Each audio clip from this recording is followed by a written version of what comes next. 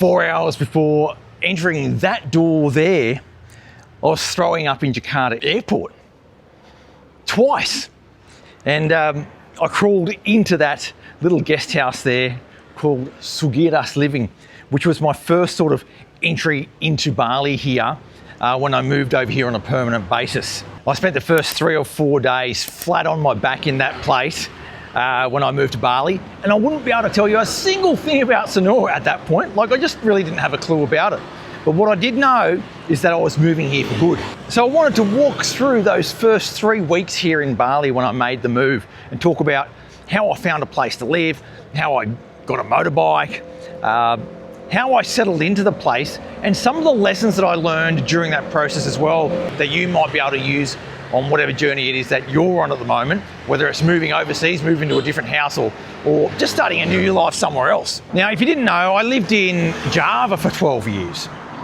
And so I had a house full of stuff there. Susan and I had a house that we had to sell for starters, which is what we sort of did fairly quickly once we got the ball rolling. But then you got this house full of stuff, and in Susan's case, she'd been there for about 20 years, I think, something along those lines. And she had a lot of stuff as well that she had to get rid of. Old family possessions that have sentimental value that, you know, you sort of want to hang on to, but you know you shouldn't.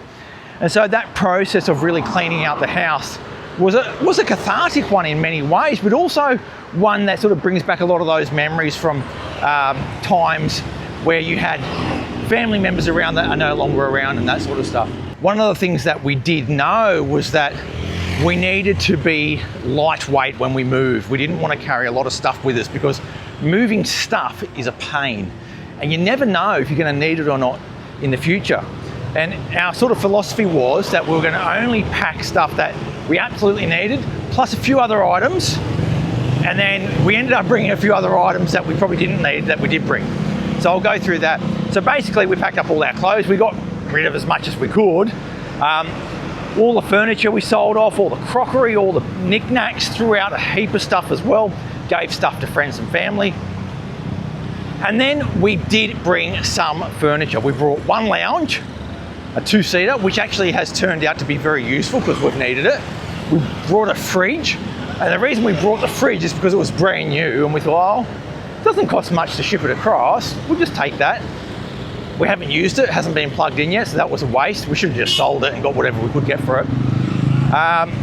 We didn't take our motorbike with us, we kept it where it was because there are some complications with motorbikes and transferring the number plates and the registration locations and so forth. And in the case of the bike that we had, it wasn't even in Susan's name, it was in a family member's name, so it gets really complicated really quick. And there were a few other bits and pieces, you know, high value items like cameras and so forth. But the general philosophy was that anything that we didn't have, we would just buy it. And that's sort of proven to be what happened in the end anyway for us. We actually found a place that was fully furnished, which was not our intention. So that's helped us a lot. And anything that we haven't had, we've just bought. And it hasn't been hugely expensive, like it's been no big deal. It's actually quite freeing when you don't move with a lot of stuff. Now, if you're moving from overseas to a place like Bali, it's even more important that you thin everything down because shipping a shipping container with the stuff across is absolute madness. I know some people do it, but really it's just almost in every case not a good idea to do. So in the airport on the way here, I was so sick, I'd caught something and yeah, I spewed up a few times, which is pretty rare for me here in Indonesia. I mean, I get a bit of Bali belly every now and then, but not like that. That's pretty rare. And it was awful. So I spent the first few days here in Bali just taking it easy, not doing any research or anything like that. Well, and I think that's a pretty good lesson that you really shouldn't be planning too much too soon when you get here. Just take your time to settle in and then see how it pans out. Because if you try and plan things too much here in Bali, it inevitably goes wrong. You can never really foresee what's going to happen here.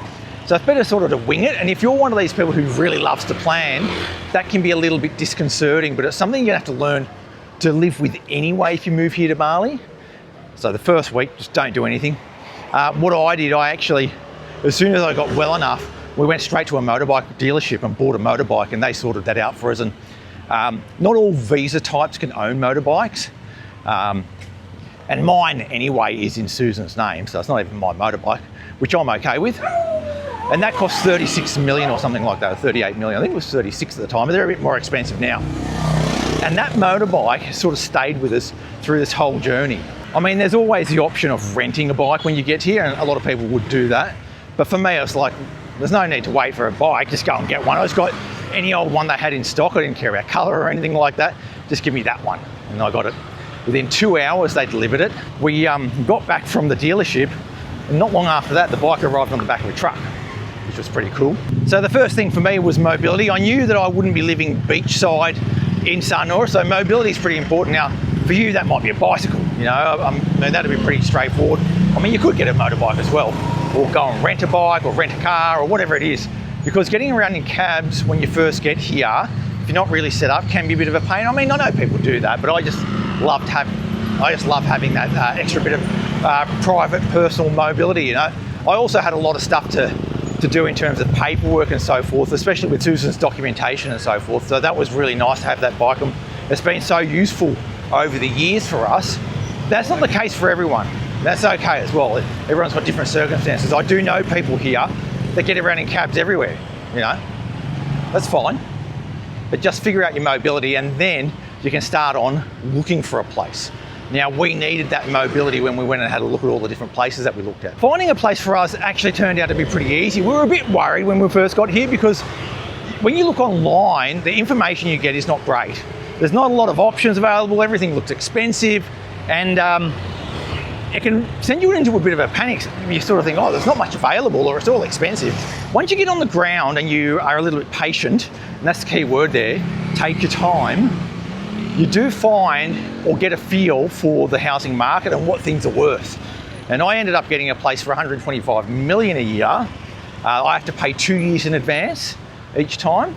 A friend of mine, Kelly, and you might have seen her on the channel, she paid 45 million a year. And she's got a local house. Well, actually earlier she paid 20 something million, but she's paying 45 million a year now, which is just dirt cheap. It's a local style house, and she's paying 5 years in advance for hers. Now, I actually found my place through Bali Moves, which is a real estate agent in Sanur, but there are plenty of other different ways to get a feel for what the housing situation is like. One of the key ways is through Facebook. There are so many Facebook forums out there, and you just search for the place that you want to live in, like Sanur or Kuta or Legian or Canggu or Uluwatu, and then these agents, and they're just random people, will advertise places, and you just call them up or contact them via WhatsApp, and then you'll find out what the go is with that particular property. They're getting a commission normally, and you've got to be careful because there are different ways to rent things as well. Whether it's a short-term rental or more of a leasehold arrangement, there are different legalities and you have different rights. But obviously you need to get everything signed and done properly. Most rentals here are done on a yearly basis. There aren't too many places that you can do on a monthly basis. There are some places and you can find them, but you'll find most of them are longer term. Anything shorter term, especially the ones that are advertised online, they're always a little bit more expensive.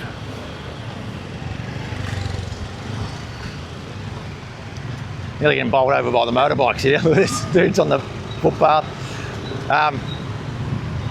Yeah, so so if you're, for example, if you wanted to come and rent a place for 3 months or 6 months, that's going to be a little bit more difficult, but there are places available, especially things that are a lot smaller and not as big. So apartment style places or kosan, rather than big villas. Big villas and houses and so forth that are offered for those short-term arrangements are usually far more expensive than they otherwise would be, because the owners are trying to get them rented out longer term, because it's a bit of a pain to renew leases every 3 months. That said, they are available if you want them, but they are much harder to get. For me, if I was coming for 3 or 6 months, I would get an apartment. I know of apartments around Sanur that occasionally become available, and they are perfect for those shorter term arrangements. There's even one called Urban Haven, I think it's called, which are doing rooms for, I think, 6.5 million a month. I'm not sure how good it is or anything, but I've just heard of it, you know. In my case, my house actually needed a bit of work on it before I moved in, so I'd agreed to move in, but then they had to go and do a bit of renovation, do a bit of paint work, fix some of the roof, change the water heater, a few other things, because they've been empty for a few months. And in Indonesia, houses that are empty for any period of time, they get cold. This is what my tukang says anyway. They get cold, and because of that, they start to get destroyed really quickly. So often what will happen is that before you move into a place, someone will give a place a lick of paint. They might not either. One of the other things that when you rent a place, you need to sort of clarify with the owner what they're going to be responsible for and what you're going to be responsible for. For example, if the ceiling collapses, who's going to pay for it? Are you going to pay for it? If they're going to pay for it, are they actually going to do it when the ceiling collapses? Because a lot of the time, the owner of the property, even though it's in their best interest to keep a place maintained, they will often be very reluctant to spend any money on a place. And after a sort of couple of years there, it might get destroyed. Now, I've got a great owner, and we sort of work things out between each other and make sure that that house is kept really well maintained. We have the same sort of level of standard of maintenance. So I've got a pretty good arrangement there, but not every owner is like that. And I don't know how they make money in the end, because it costs more, obviously, once a place gets destroyed to go and renovate it again. But that's sort of what happens here in Indonesia quite a lot. So I stayed in that guest house for about a week, but because my place wasn't ready, I had to go and get another hotel for another couple of weeks. And that's actually where I started this channel, was in that other hotel. It's called the Green Studio, and that was a decent place to live in for a couple of weeks while we waited for my current place to be renovated. You'll probably need to do the same thing. I wouldn't advise signing anything before you get here. By all means, have a look online, but don't sort of, I think there are a lot of bad stories of people signing and paying for things before they even see them. And it's just a recipe for disaster. There are so many things that can go wrong. Not just that you get a place that's of a lesser standard than what you expected, but also just losing your money totally.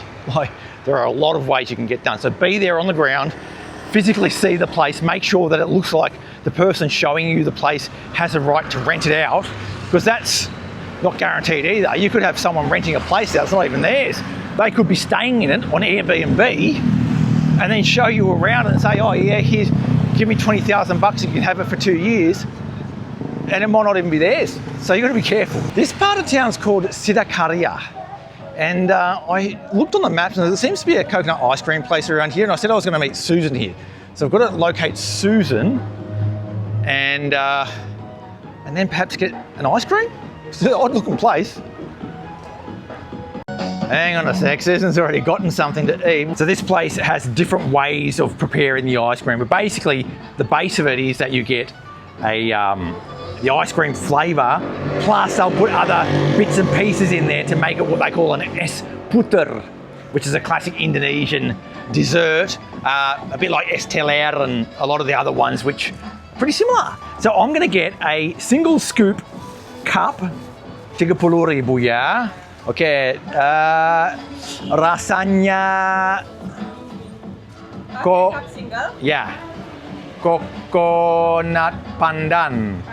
Yeah, it's an odd place, this one. It's sort of stuck behind what looks like a garage, and then a steakhouse is next door. It's pretty cool. Very, very local style, which I really love. Hope it tastes good. Susan got a plastic cup. I got the glass cup. She reckons it's because I've got white skin, but I'll deny that. It's actually something I want to talk about. Is there's a whole race relations thing going on at the moment here in Bali, which is really cool as well. So this is a coconut, I thought it was coconut pandan. Yeah, coconut pandan ice cream. It's one big scoop with a bit of coconut on top.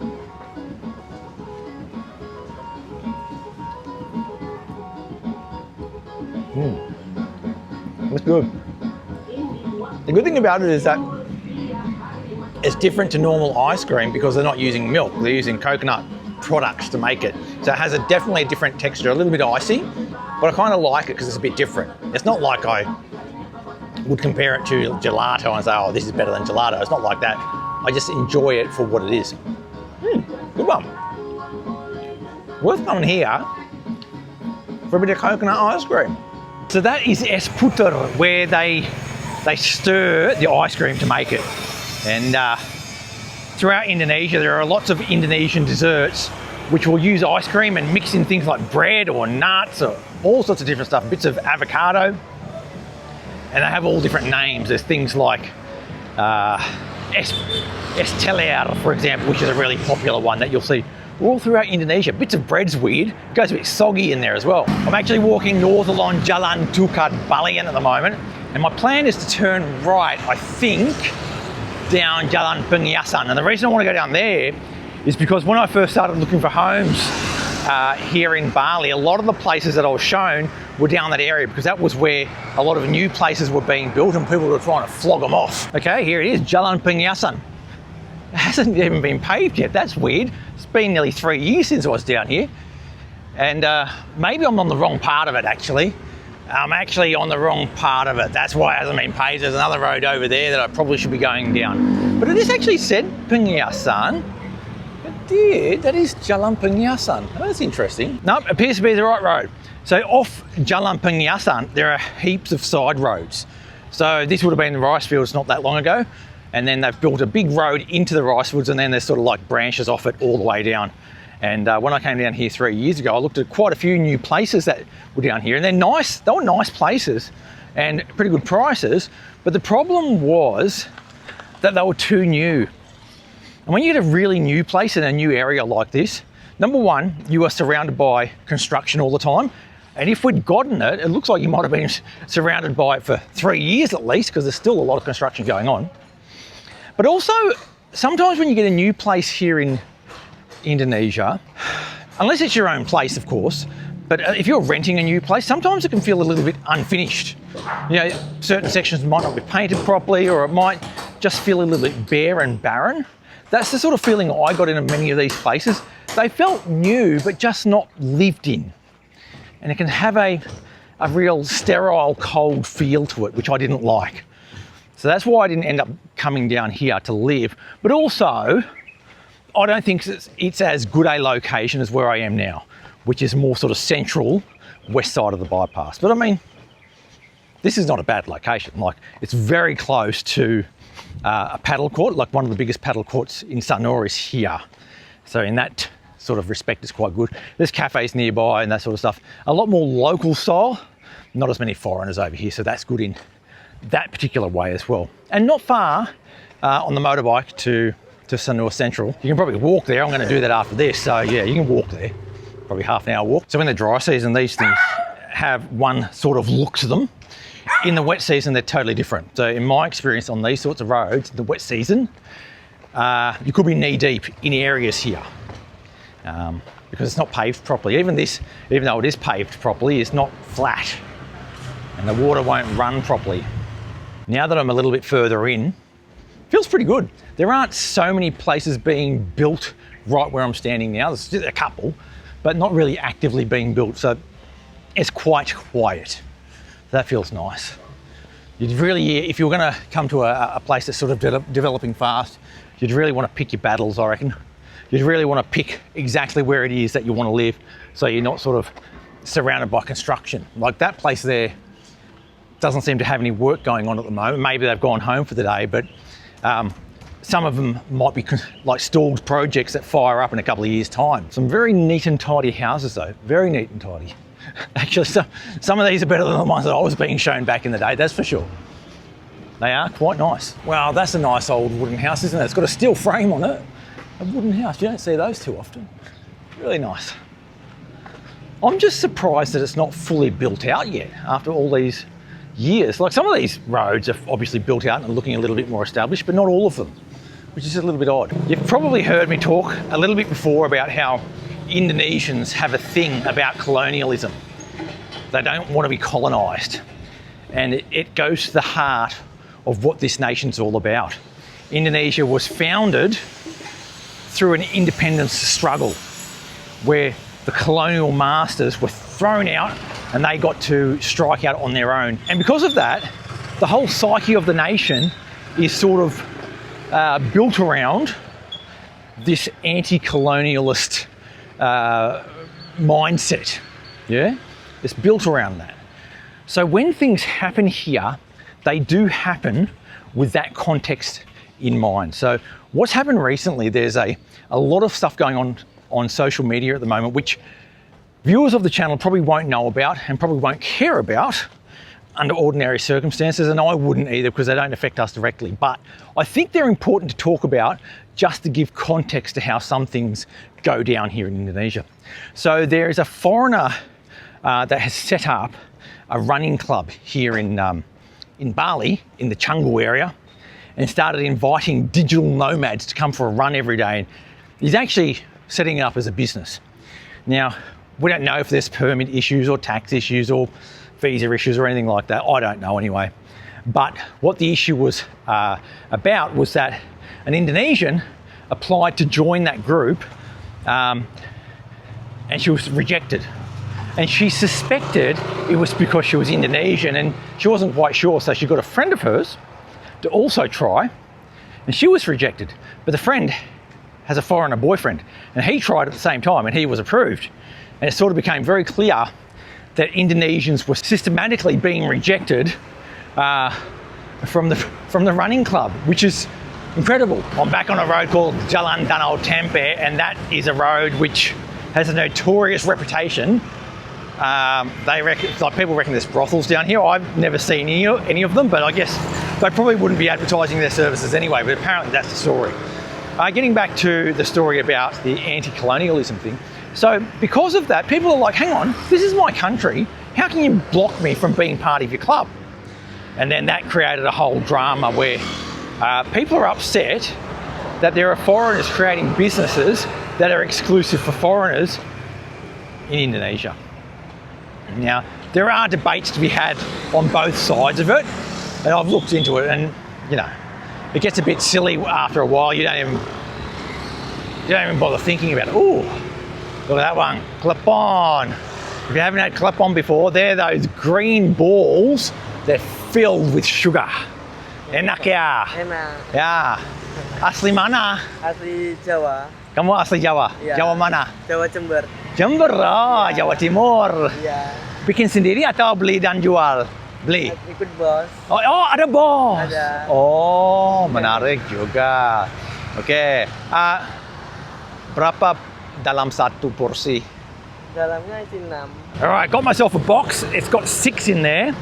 And let's have a look. I'll show you what they're like. These are pretty cool, these things. Maaf, namanya siapa? Bagus. Bagus. Ya. Bagus, bagus. Yes, it's bagus. All right, these things, look, here we go. They're the clip-on. It's like a rice flour dough. And then they've got this shredded coconut on the outside. They are filled with liquid sugar, palm sugar. You put them in one go, otherwise they explode everywhere and go down your brand new shirt. And Susan will be very unhappy about that. She'll go off me, so I'm putting it in one go. Oh.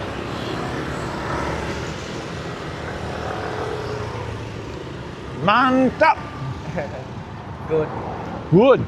Bagus. Tapi enak. So Bagus here was telling me he starts here at 10 a.m. every day, finishes at 7 p.m. He's got to sell all those boxes that his boss sends him out to go and sell every day, which is pretty cool.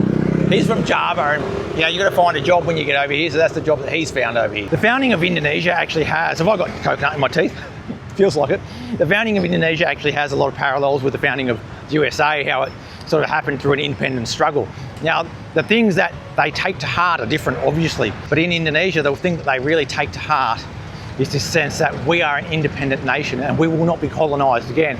So this sort of soft colonisation that seems to be happening in some places in Bali is something that really triggers people, you know, especially over in the Canggu area where it's happening with a bit of disrespect as well. It's not purposeful. People aren't meaning to be disrespectful, but it ends up being quite disrespectful, you know. And the way that it's sort of flaunted. If you saw this run club, you'll see them running through the street, 100 or 150 of them blocking the road, and people don't like to see it. Like, you wouldn't do it in your own country, people do it here. That's what they're upset about. So they say, hey, not here, not here. And you can sort of understand it, can't you? You'll see that I've just popped out at the Roti Canai and Teh Tarik place. I just nicked across the road. So from where I was just then, like, it's not very far to walk almost to the centre of town. It's not too bad at all. It's actually quicker than, I said like half an hour, but like it hasn't been anywhere near that long. It felt like 5 minutes. Well, that was quick, wasn't it? Oh, they're building one of those MBG places, Barang Gizi Nasional. That's that thing where they're doing the free school meals for kids. There's been a lot of drama about that in recent times in Indonesia where, I mean, it's been a drama for months, but just recently they've cut the budget for it by billions of dollars And a lot of the ones that were going to be opened up are now being put on hold. When I came past this the other day, someone said, "What's that?" And I had to look it up. It was an architect firm. It makes sense, doesn't it? This is something you don't see every day. Traffic on Jalan Danau Poso. I don't know why, but I'm guessing it's because there's a kite festival on at the moment. And obviously, end of the week or weekends, everyone's coming down to see the kites. A couple of people have actually asked me how long it took me to sort of settle in here once I got here. And because I've already been living in Indonesia, I settled in like immediately settled in. It didn't really take me long to adjust. But I think it can be quite difficult to adjust. Even though you've holidayed here before, it's quite difficult sometimes to adjust to the way of living here. And it's to do with, well, the way things are done around here is just different, and you're gonna have to adjust. And as we get older, we're less flexible. And that makes the friction that happens when things don't go the way that you want them to be a little bit more annoying. So trying to get your head around that can take a bit of time. Not for everyone, but for some people I definitely see that. I see what part of the problem is. Over the other side of the road, cars have parked up there, and someone's just parked there now. There's that no parking area. So what it's done is blocked off one half of the road. Just gonna take a right down Jalan Belanjong.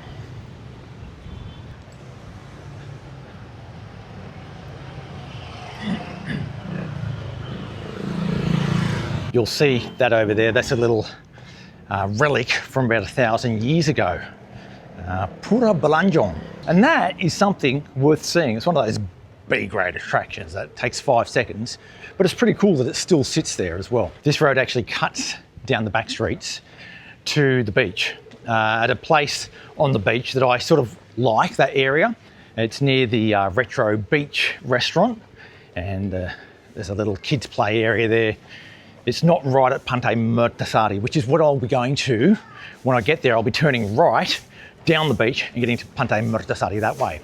I could have gone a different way, but what I would have had to do is to follow all those cars and motorbikes along the road and diced with traffic to do it, which I don't want to do. So I'm going down the back streets, go this way. Jalan Belanjong is actually a really nice road. It's got a bit of age on it. So it's in an area of town that's quite well established. A lot of trees here. Even the newer buildings seem well lived in. It feels nice. It is another one of these expensive areas in town though, much more expensive than it would be west side of the bypass because it's so desirable. Location is just sensational. Here we go. For rent, yearly long lease, 3 bedrooms, 425 million a year. That's another way that you can find places to stay in, is to walk the streets. And there's heaps of little signs up on the, hello. Heaps of signs up saying for lease or dikontrakan everywhere, and you just contact the people on WhatsApp. That one there, 425 million a year, sounds very expensive, but I mean, compared to Australia, it's not. But I wouldn't pay that much for that place unless I had the money. If I had the money, I probably would. Like, I probably would. It's a good location, and if it's a nice place, yeah, maybe it's worth it. This Kubur Tako down this back alleyway has a really good reputation. I have not been there, but I've heard about it. It's supposed to be very good price. Good location for sure. Might be worth looking into. From that homestay, there's about a 50-metre walk to the end of the alleyway, and then you cross the road, and there's another alleyway to the beach, which is about 100 metres long. That's it. And then you're on that beachfront path. Really good location. Like, it's down an alleyway, so people might be a little bit sort of reluctant. Like, you can't get a car down there, but it's not a big deal. Like, you get a car to the end of the road, and then you know they've got a good road, so you can wheel a suitcase up, and it's not bad in terms of falling into holes and so forth. It's really well paved. This is such a quiet area of town normally, but it's a traffic jam at the moment. Cars can't get in, bikes can't get in here. Cars can't get in there anyway normally, but wow, never seen it this busy down here. It's going to be crazy down at the beach. But it's a bit of action, isn't it? Don't mind it being so busy at these sorts of cultural events, to be honest. I can already see some of the jungun up there. There's 3 jungun up there making a fluttering sound. Okay, we've made it down here now. Heaps of kids here flying their own little kites as well. So kids bring their own little kites down while there's a big festival down at the end. We're going to have a look at that just briefly.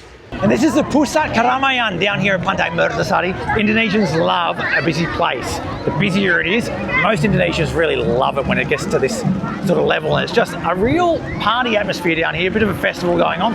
The festival is a kite festival, and there's lots of different festivals going on around the place during the month of July and into August as well.